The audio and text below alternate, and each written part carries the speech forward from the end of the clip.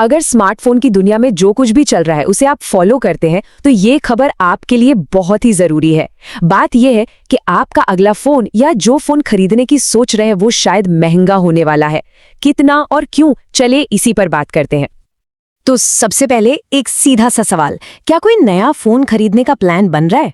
अगर हाँ तो भाई अगले कुछ मिनट बहुत ध्यान से सुनिएगा, क्योंकि बात सीधे बजट से जुड़ी है। क्योंकि अगर आप सोच रहे हैं कि अभी जो कीमतें चल रही हैं उन्हीं पर फोन मिल जाएगा तो शायद आपको थोड़ी जल्दी करनी पड़ेगी। ऐसा लग रहा है कि मार्केट में कुछ बड़ा बदलने वाला है।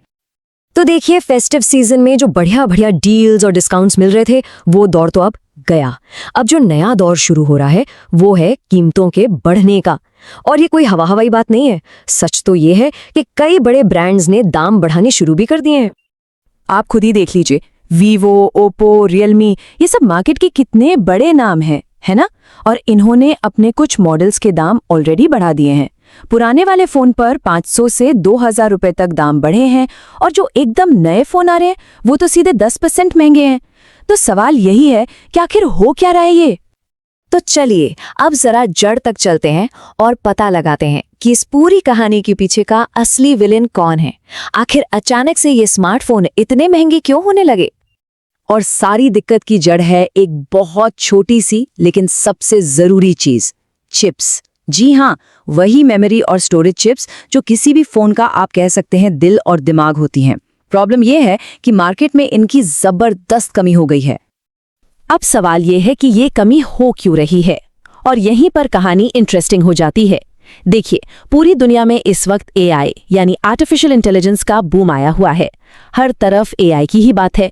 तो सैमसंग और माइक्रॉन जैसी जो बड़ी बड़ी चिप बनाने वाली कंपनियां हैं वो अब फोन वाली चिप्स से ज्यादा एआई वाली चिप्स बनाने पर फोकस कर रही हैं।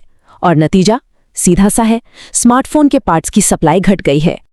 तो एक तरफ तो ये सप्लाई की दिक्कत है ही, लेकिन कहानी यहीं खत्म नहीं होती।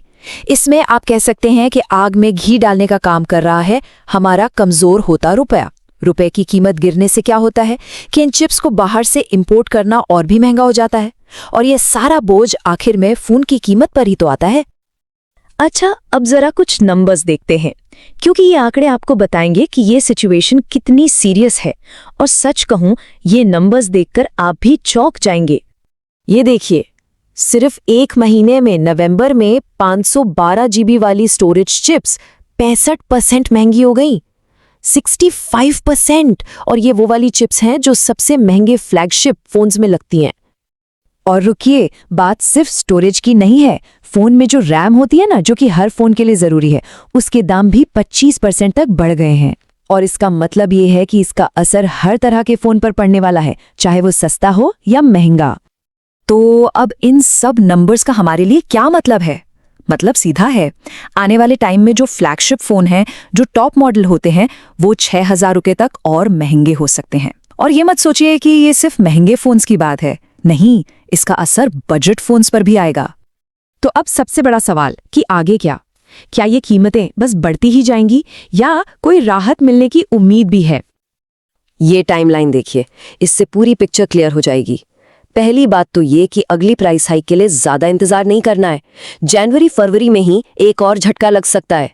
फिर रिपोर्ट्स तो ये तक कह रही हैं कि 2026 के पहले 6 महीनों तक मेमोरी चिप्स की कीमतें आज से डबल हो सकती हैं। डबल! और राहत कब मिलेगी? मार्केट के नॉर्मल होने और कीमतों में थोड़ी नरमी आने की उम्मीद 2026 के फेस्टिव सीजन से पहले तो बिल्कुल नहीं है। तो ठीक है, इतनी सारी बातें हो गई। अब इस पूरी कहानी का निचोड़ क्या है? आइए सबसे काम की बातें फटाफट एक जगह देख लेते हैं। तो मोटी मोटी बात यह है कि फोन महंगे हो रहे हैं क्योंकि चिप्स की कमी है। ये कमी इसलिए है क्योंकि अब सारा फोकस एआई चिप्स पर चला गया है और फोन मार्केट साइडलाइन हो गया है। तो 2025 की शुरुआत में ही एक और बार जेब ढीली करने के लिए तैयार रहिए। और सबसे जरूरी बात, कोई बड़ी राहत 2026 के आखिर से पहले तो भूल ही जाइए। तो अब आखिरी सवाल, इस बढ़ती महंगाई का क्या किया जाए? क्या इसकी वजह से नया फोन खरीदने का प्लान बदलना पड़ेगा? ये एक ऐसा सवाल है जो हम सबको सोचना होगा।